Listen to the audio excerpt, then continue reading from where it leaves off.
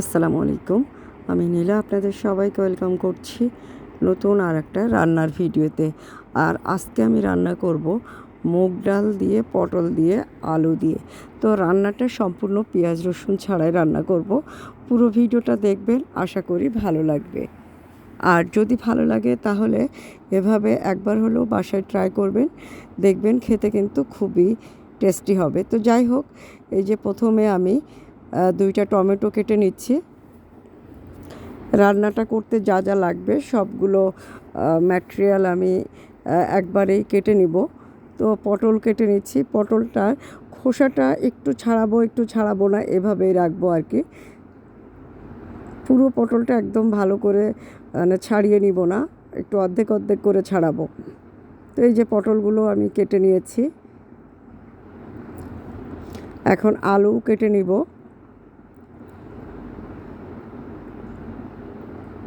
আলুগুলো একটু বড় বড় করে কেটে নিব। তো আলু কাটা শেষ, পটল কাটা শেষ। এখন আমি একটা হামানদিস্তায় আদা কুচি, আস্ত জিরা এগুলো ভালো করে পেস্ট করে নিব। একেবারে মিহি করে পেস্ট করব না, যতটুকু পেস্ট করা যায় ততটুকু করব হামানদিস্তা দিয়ে। আপনারা চাইলে ব্লেন্ডারে ব্লেন্ড করে নিতে পারেন অথবা শিলপাটায় বেটে নিতে পারেন। এখন আমি যে টমেটোটা কেটেছিলাম সেটাও একটু আধা বাটা করে নিলাম। নিয়ে একটা বাটিতে ঢেলে লবণ, হলুদ, শুকনো মরিচের গুঁড়ো, জিরে গুঁড়ো দিয়ে এই পেস্টটা খুব একটু পানি দিয়ে একটা পেস্ট তৈরি করে নিব। তো সব মশলা দেওয়া শেষ, এখন পানি দিয়ে পেস্ট তৈরি করে নিব। পেস্ট তৈরি করে রেখে দিব। আর পেস্টটা তৈরি হয়ে গেলে চুলায় কড়াই দিয়ে দিব। কড়াই গরম করে প্রথমে আমি মুগ ডালটা ভালো করে ভেজে নিব।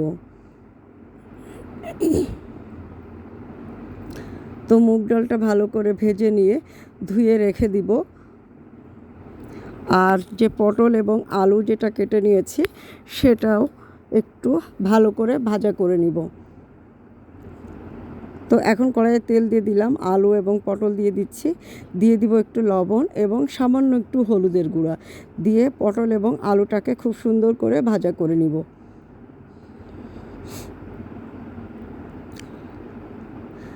তো পটল এবং আলু ভাজা হয়ে গেলে নামিয়ে ফেলবো। আর যা যা প্রসেস লাগবে সবগুলো হয়ে গেল। এখন জাস্ট মূল তরকারিটা একসাথে রান্না করব।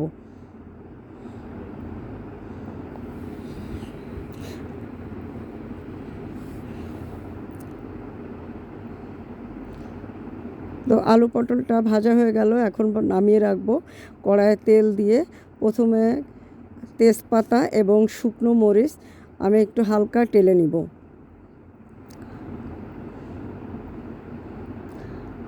তারপর একটু তেল দিয়ে দিব। তেল দিয়ে এটাকে আরেকটু টেলে নিয়ে দিয়ে দিব গোটা গরম মশলা, 2টা এলাচ, 2টা লবঙ্গ, 2টা দারচিনি, 2টা বা 3টা, এর বেশি প্রয়োজন হবে না। তো এবার গরম মশলাগুলো দিয়ে দিব। আমার রান্না করতে এই আইটেমগুলোই লাগবে, আর কোনো মশলাপাতি কিন্তু লাগবে না। আর মশলা যেটা লাগবে সেটা তো আগেই পেস্ট করে নিয়েছি। জিরা বাটা, আদা বাটা এবং একটু ধনিয়া গুঁড়া। তো মশলাটা, গরম মশলাটা ভাজা হয়ে গেলে এখন পেস্ট করে নেওয়া মশলা টমেটো সহ আমি এর ভিতরে দিয়ে দিব। দিয়ে মশলাটাকে একটু ভালো করে ভুনা ভুনা করে নিব।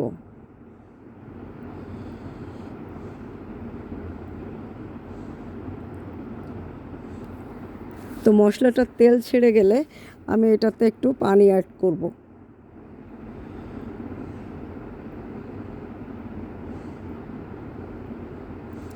দেখেন মশলাটা তেলটা ছেড়ে দিয়েছে। এখন আমি এটাতে সামান্য একটু পানি অ্যাড করব।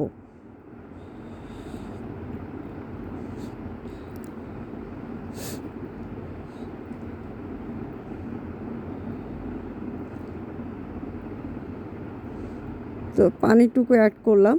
এখন পানিটা ভালো করে ফুটে উঠলে এটার ভিতরে আমি ভেজে নেওয়া ডাল এবং পটল আলুটা দিয়ে দিব।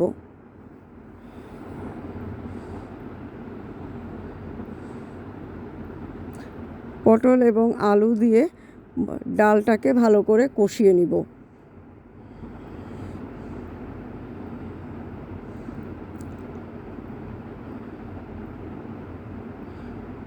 খুব সুন্দর করে ডালটাকে কষিয়ে নিব। এভাবে রান্না করলে খেতে যে কত সুস্বাদু হয় আপনারা কিন্তু তৈরি না করে খেলে বুঝতে পারবেন না। আর এই খাবারটা গরম ভাত বা রুটি পরাটার সাথে খেতে কিন্তু খুবই মজা লাগবে। আমি ভোকালটা পরে দিচ্ছি, তবে আমরা কিন্তু এটা খেয়েছিলাম পরাটার সাথে। গরম গরম পরাটার এই সবজি জাস্ট অসাধারণ লেগেছিল। তো খুব সুন্দর করে কিন্তু কষানো হয়ে গেল, তেলটাও ছেড়ে দিয়েছে, আর সব কিছু কিন্তু মশলাটা একদম পরিমাণ মতো হয়েছে, লবণ হলুদও পরিমাণ মতো হয়ে গিয়েছে। তো এখন আমি এটাতে ঝোলের পানি অ্যাড করব। আর এটাতে কিন্তু কোনো ঝোল রাখবো না, যে পানিটা দেব সে পানিটা পুরোটাই শুকিয়ে ফেলবো, ডালটা যেন সিদ্ধ হয়ে যায়। একেবারে ডালটা নরম ঘুটে ফেলবো না, যা ডালটা দাঁতে পড়লেই একদম নরম হয়ে যাবে সেভাবেই কিন্তু রান্নাটা করব। তো কষানো হয়ে গেল, এখন আমি ঝোলের পানি দিয়ে দিচ্ছি। ঝোলের পানি দিয়ে চারিদিকে কড়াইটা একটু ভালো করে আমি নেড়ে চেড়ে নিচ্ছি, নিয়ে জালটা বাড়িয়ে দিব।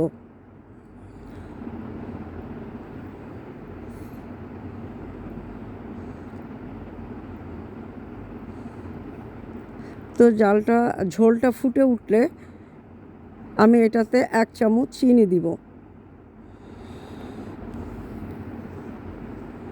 তো এখন 1 চামচ চিনি দিয়ে ভালো করে আরেকটু তরকারিটা নাড়াচাড়া করে দিচ্ছি, যাতে চিনিটা সবগুলো সবজির ভিতরে সমানভাবে যায়।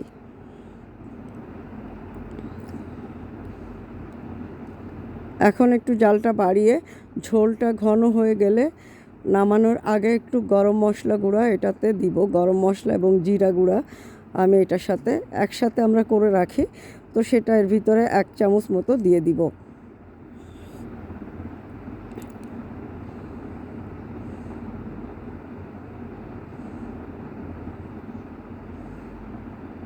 তরকারির কালারটা কিন্তু ভীষণ সুন্দর এসেছে, আর খেতে কিন্তু দারুণ মজা হয়েছিল। আপনারা একবার হলেও পটলের এই তরকারিটা রান্না করবেন। পেঁয়াজ রসুন ছাড়াও তরকারি যে এতটা সুস্বাদুকর হয়, তো আপনারা না করে খেলে কিন্তু বুঝতে পারবেন না। তো ঝোলটা ভালো করে ফুটে উঠেছে, এখন আমি আরেকটু নাড়াচাড়া করে দিচ্ছি, ডালটা যেন নিচের দিকে লেগে না যায়। এ কারণে একটু পরপর নাড়াচাড়া করছি, কেননা ডালটা কিন্তু অনেক সময় নিচ থেকে পুড়ে যাওয়ার সম্ভাবনা থাকে। তো খুব সুন্দর করে ফুটে উঠেছে। এখন আমি গরম মশলা এবং জিরা গুঁড়ো আমরা যেটা করে রাখি 1 চামচ মতো আমি এই তরকারিটাতে দিয়ে দিব। দিয়ে আরেকটু নাড়াচাড়া করব। ঝোলটা আরেকটু ঘন হয়ে আসলে নামিয়ে ফেলব। তো হয়ে গেল আমার পটল এবং আলুর, প্রায় হয়ে গেল না, হয়ে এসেছে আমার পটল আলু মুগ ডালের এই তরকারিটা।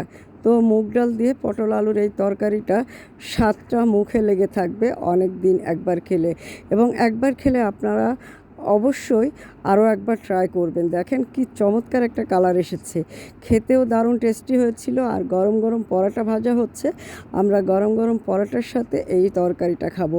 সকালের নাস্তায় তৈরি করে দিতে পারেন এরকম একটা সবজি, খেতে দারুণ স্বাদের হবে। তো ভিডিওটা যদি ভালো লাগে লাইক কমেন্ট শেয়ারদের সাথে থাকতে হবে। আমার চ্যানেল বা আমার পেজটা যারা এখনও ফলো করেনি তারা ফলো করে দিবেন। তো আল্লাহ হাফেজ।